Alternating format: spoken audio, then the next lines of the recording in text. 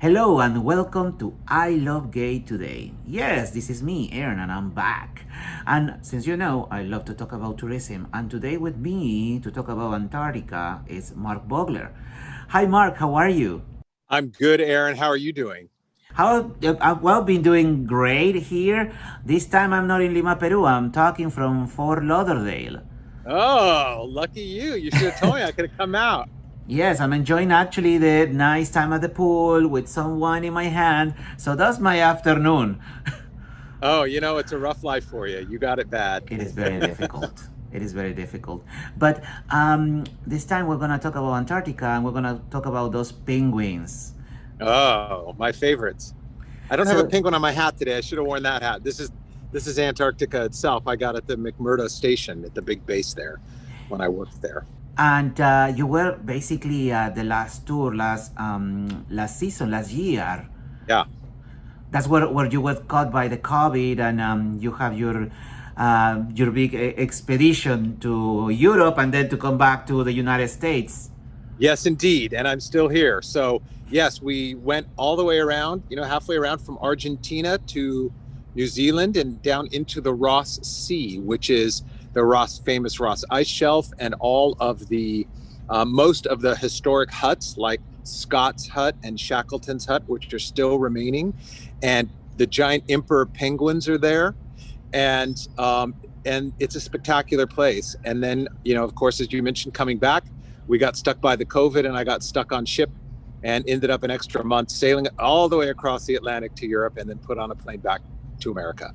So here I am, and hopefully that's going to open up soon to come back to Europe as we start planning Antarctica for the end of this year. Excellent. So, is there anything else that you can tell me? I know that you have plans like in 5, 6 months to have some events over there. There are actually, this is going to be a great Antarctic season. The way COVID is going, no one knows for sure, but it's 6 months away is the very beginning of the season, which is the end of October. And there's some pretty spectacular things happening this season, which I'm very excited about. One is in early November, there is an eclipse. Wow. There's a full solar eclipse happening in Antarctica. And of course, everybody's going there. Everybody's trying to get there. And it should be, I've seen an eclipse before, and it's absolutely spectacular. It makes you realize that there's so much more than ourselves out there. We're nothing when you see this kind of event happen and witness it. And to witness it in Antarctica, which also, one of the things that keeps taking me back to Antarctica is, and why I changed my entire career to work there, is that when you're there, you're in the presence of something else, right? I'm not a religious person, but I've learned spirituality by going there and realizing that Mother Nature is so much bigger than we are, and we are a part of it.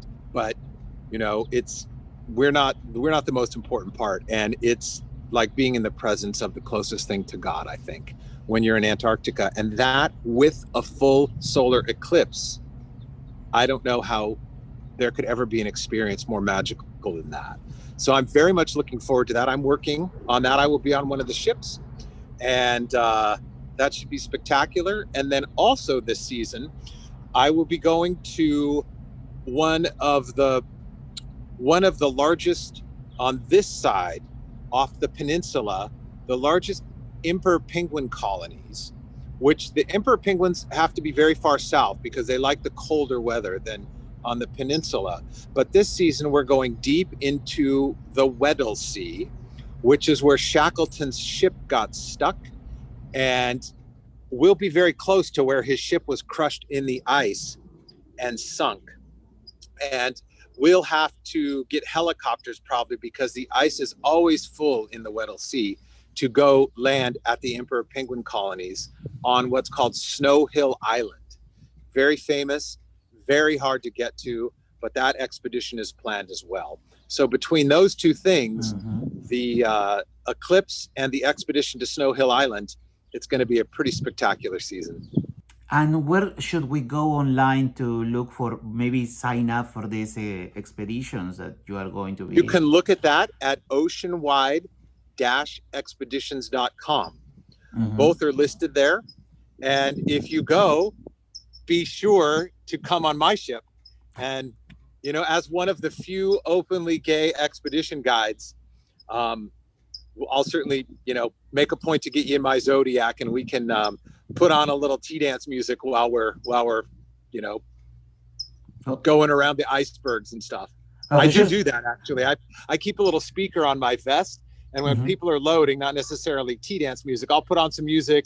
It's a Beautiful Day by U2, something really wonderful, because even if the weather's bad, you're in one of the most spectacular places in the world, and it's a beautiful day because it's all part of Antarctica. Whether it's Exactly. clear or it's snowing, there's nothing like it. There is one thing that I have to mention about Mark, and you should go to Instagram and look for him as Mark Vogler, and you're gonna see the spectacular pictures that he been taking, of course, before pre-pandemic, so you can see and have a better idea what he's talking about.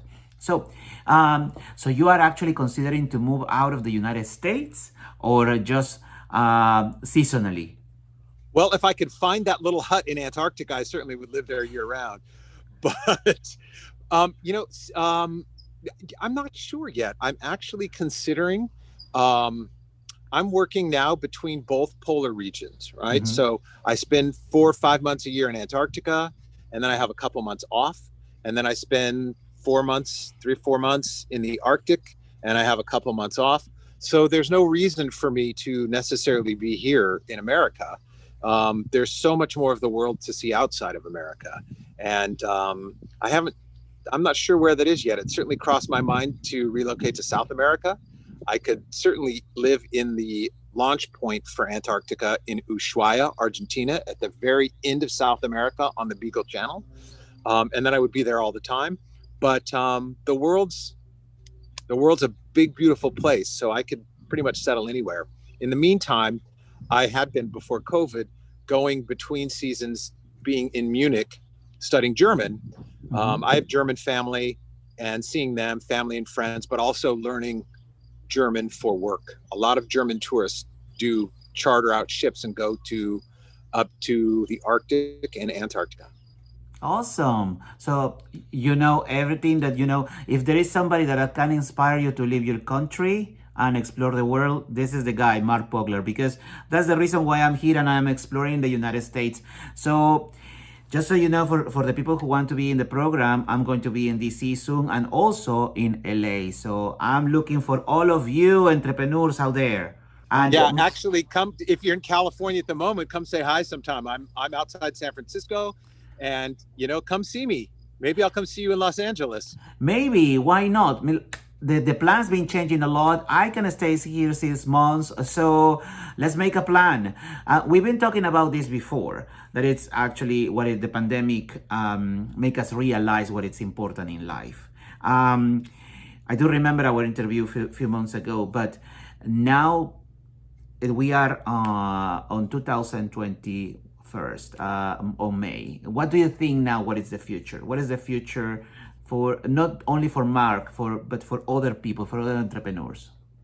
Well, I think that Europe is finally starting to catch up, right? So Mm-hmm. I think it's been harder than we've all expected, but I think there's a bright future ahead. I've reached my second vaccination a few weeks ago, and am now free to start moving around again and seeing friends. I haven't seen friends since December of 2019.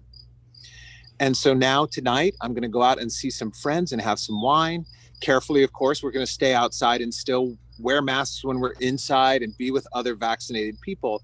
But Europe is finally starting to catch up. I know Italy is open. Germany's not quite open. But my friends there are starting to post that they're getting the Pfizer vaccine. They're getting caught up.